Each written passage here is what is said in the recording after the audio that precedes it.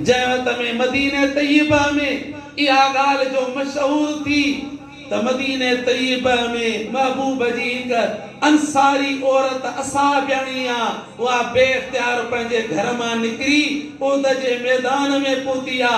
अर्ज़ थी करे साहबन खे ऐन रसूलुल्लाह सल्लल्लाहु अलैहि वसल्लम मुंहिंजो रसूल काथे आहे त उहे असाबी सगोरा औरत खे सुञाणे चवनि था माई हे तुंहिंजे पीउ जो लाश पियो अथई शहीद थी वियो आहे। जॾहिं मां अबे जो नथी पुछां मूंखे ॿुधाए त मुंहिंजो रसूलुल्लाह काथे आहे। मुसलमान जरा गौर कर, जरा विचार कर। अॼु वक्त ही वेरो वा त पंहिंजे दीन ॾे मोटऊं, पंहिंजे इस्लाम क़ुरान ॾे मोटऊं। न त सुहिणा या ज़िंदगी चंद ॾियण आहे या जॾहिं मौत जा माण्हू मथऊं ईंदा पोइ वावेला करण कम जा कोन थींदा। हिमल महबूब जा परवाना थियो पोइ मरण जे वक़्त में इहो मौत न हूंदो वा। असांजा मुर्शिद करीम फरमाईंदन आशिकनि जे लाइ मौत न, मौत जे वक़्त में मदीने वारे साईं सां मुलाक़ात थींदी आहे।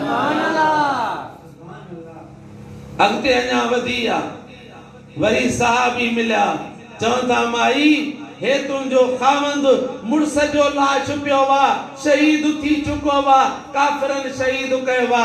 उहा औरत चए थी न मां पंहिंजे मुड़स जे लाइ न, मूंखे ॿुधाए त मुंहिंजो रसूलुल्लाह सल्लल्लाहु अलैहि वसल्लम कहिड़े हाल में आयो। अञा अॻिते वधी आ पुछा थी करे ऐन रसूलुल्लाह मुंहिंजो रसूल काथे आ। वरी था चवनि माई हे तुंहिंजे भाउ जो लाश पियो आहे। ओ मुसलमान जरा गौर कर, इहे टई रिश्ता केॾा वेझा आहिनि। पीउ जो रिश्तो, मुड़स जो रिश्तो, औलाद जो भाउ जो रिश्तो। उहा औरत एतिरी महबूब जे मोहब्बत में, एतिरी त महबूब जे मोहब्बत में आ जो चए थी न मूंखे ॿुधायो त मुंहिंजो महबूब काथे आ। साहबा चवनि था अल्हम्दुलिल्लाह साईं ख़ैरियत सां आहे। चए थी न मूंखे ॾेखारियो। वठी वञी उन माई अंसारी औरत खे ॾेखारनि था। जॾहिं महबूब ते निगाह पई आ अखियूं ठरी पयूं आहिनि। चए थी अल्हम्दुलिल्लाह सुहिणा तो मुस्तफा जी दीदार कयो में तू सही सलामत आहे। हाणे दुनिया जो को दुख ही मुसीबत ही कान्हे जेका मूंखे परेशान करे सके। ही आहे महबूब जे असहाबनि जे पाक घर वारे जी मोहब्बत।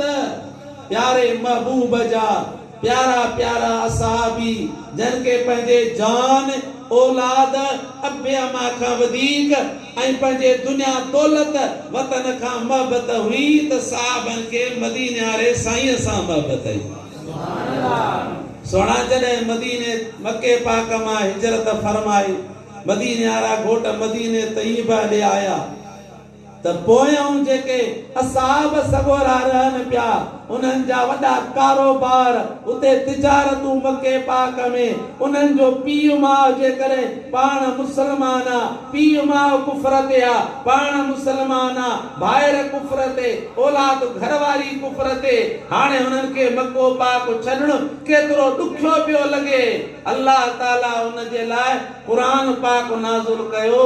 डिघी आयत आहे पर मां तव्हांखे मक़सद ॿुधायां थो त कुल इनकान आबाउकुम मुंहिंजा महबूब तू इन्हनि खे ऐलान करे ॿुधाए त जेकॾहिं तव्हांखे पंहिंजा पीअर वाबनाकुम तव्हांखे पंहिंजा पुट व इख़वानुकुम तव्हांखे पंहिंजा भाइर, तव्हांखे पंहिंजूं घरवारियूं, तव्हांखे पंहिंजा कुटुंब ऐं कबीला, तव्हांखे पंहिंजो गॾु कयल माल, तव्हांखे पंहिंजो वापार, तव्हांखे पंहिंजूं जॻहूं जायूं जेकॾहिं अल्लाह ऐं उन जे रसूल ऐं जिहाद खां वधीक प्यारियूं आहिनि फतरबसू पोइ तव्हां इंतज़ार कयो मूं अल्लाह जे अज़ाब जो। यानी इहे सभई रिश्ता घटि आहिनि। अल्लाह जे महबूब जो रिश्तो अञा वधीक प्यारो हुजणु खपे। ये असां छो था परेशानी में गुज़ारियूं। सोना जेकॾहिं महबूब जी मोहब्बत हुजे ऐं अहिड़ा प्रोग्राम थियनि ऐं माण्हू सुम्ही पवे कोई त उज़र सां हूंदा, मजबूरियूं बि आहिनि, पर घणो करे असांजो कल्ब पका थी विया आहिनि। हे दिलियूं जेके आहिनि गुनाह करे करे ज़ंगार जी वयूं आहिनि पोइ हक़ जी ख़बर नथी पवे पर जेकॾहिं इहे दिलियूं रोशन थी पवनि उहे ॼाणण वारा ॼाणनि था त हिन वक़्तु हिन मजलिस हिन अल्लाह जे घर जे मथां छा अल्लाह जे रहमत जी बरसात वसी रही आहे।